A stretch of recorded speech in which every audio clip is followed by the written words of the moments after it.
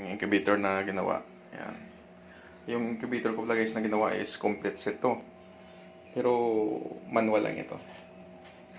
Ako na lang magpapaikot-ikot ito sa yung thermostat niya. Ito, bali, sinet ko to ng 37.8.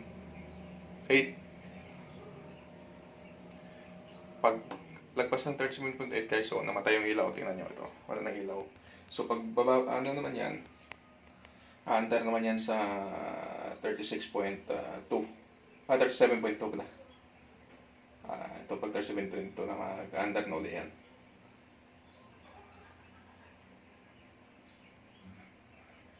I-try ko guys, i-compare ko kung saan ang mas okay na na ginawang incubator. So ang gamit ko pala guys na valve is dalawang valve ang ginamit ko to kasi dalawang layer to eh. Unlike dito sa kabila, sa binili ko sa Lazada, ito naman guys. So may nakasalang nito ngayon na 35 pieces na eggs. Ito siya. Bali thermostat lang at saka ilaw ang ito. Guys, ito siya.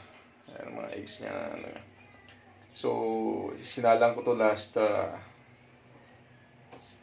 December 16 guys. December 16 to, no? Ito siya. Itong binili ko sa Lazada. Order ko sa Lazada.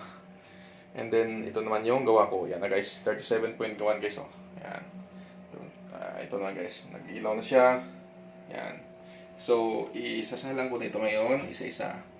Buksan ko muna guys para makita nyo kung ano naman ito. Guys, sorry na, medyo masikip-sikip ang space natin dito, pero ito guys, yan.